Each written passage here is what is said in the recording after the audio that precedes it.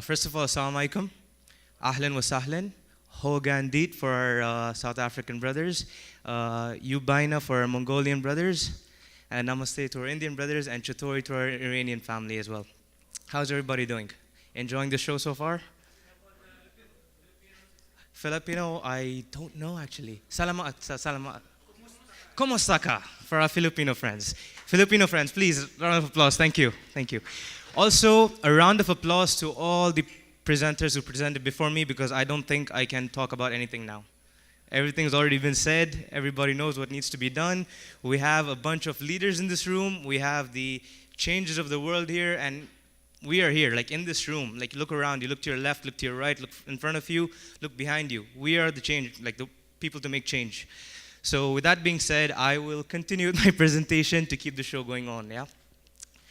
So project management essentials in energy efficiency projects is another project. You have all your basics, what you need to do, what you need to look out for, what you need to keep your eye on, what you need to worry less, worry more, it's all the same.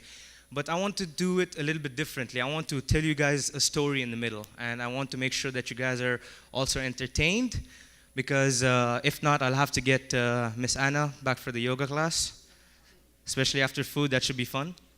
So let me move forward. So our company mission and vision is aligned with His Highness Sheikh Zayed bin Sultan Nahyan. I'll give you about 5 seconds to have a read of that quotation, and I'll continue onwards after that. Shall I read it for you? I think that's better, right? With God's will, we shall continue to work to protect our environment, our wildlife, and this, as did our forefathers before us. It is a duty, and if we fail, our children rightfully will reproach us for squandering an essential part of their inheritance and of our heritage. Basically, this means that we are responsible for the future. What we do today is going to affect tomorrow and the years to come, and most importantly, generations after us.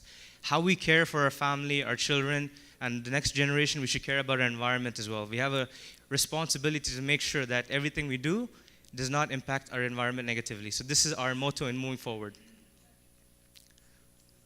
So we all know technology changed our lives. We had really good presentations from the gentleman from Trimble and other presenters as well that showed us like technology is changing, technology is growing, and we need to grow with it. For example, I'm sure all of you are aware of Airbnb, Amazon, Uber, LinkedIn. Anybody not aware? Can you raise your hand if you're not aware? Fantastic. No hands raised except mine. Perfect. But it's not in our buildings or our homes. Does anybody remember Kodak? You still remember Kodak, right? I don't know what that is. I'm just joking. We know BlackBerry, right? It still exists, but it's a dead market almost. And we know, do you know Blockbuster? Where you rent VHS tapes from. Nobody knows VHS. If you ask a 20-year-old child today, they don't know what VHS is. Exactly. This is all forgotten technology. And this is what our buildings are, by the way, right now.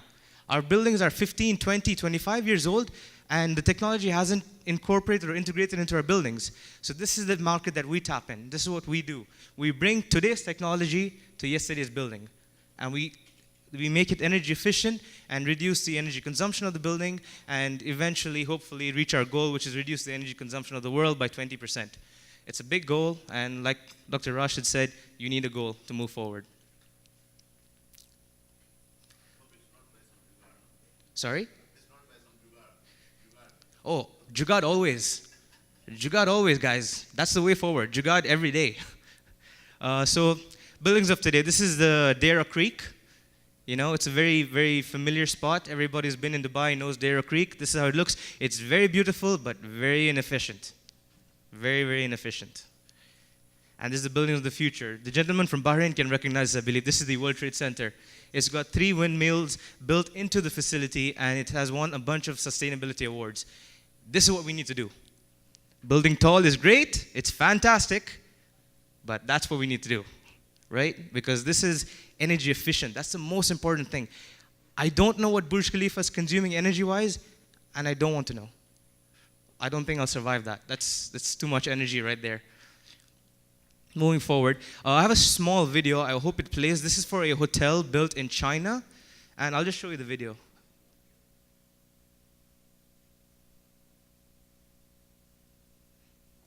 That looks nice, right? This was done in 15 days. 15 days.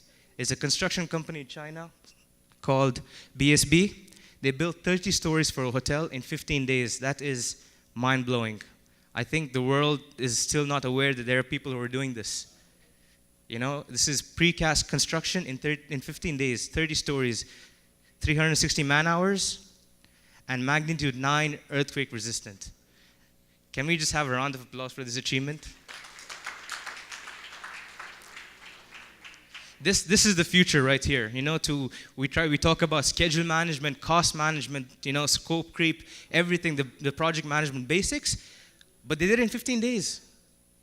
You had to make sure that all these constraints were controlled to the T to get it to this level. But then what happens after this? Right? You have a building built, you have the building populated, and now it starts to consume energy. So what happens?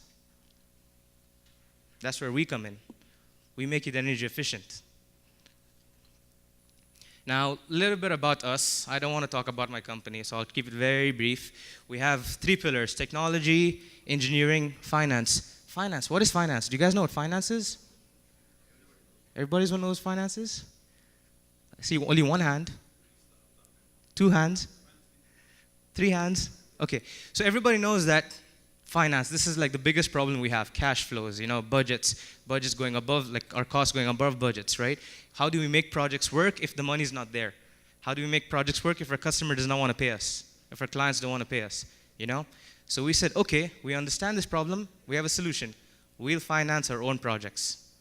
So we go up to building owners, building facility managers, we tell them, I know you don't want to spend money, which is fine. We'll put the money in so you don't spend anything in capital cost, and you just pay us from the savings that we generate. If we don't generate savings, you don't pay us, which is, I think, a fair deal. Still, people don't understand it. We're still working on it. It's working.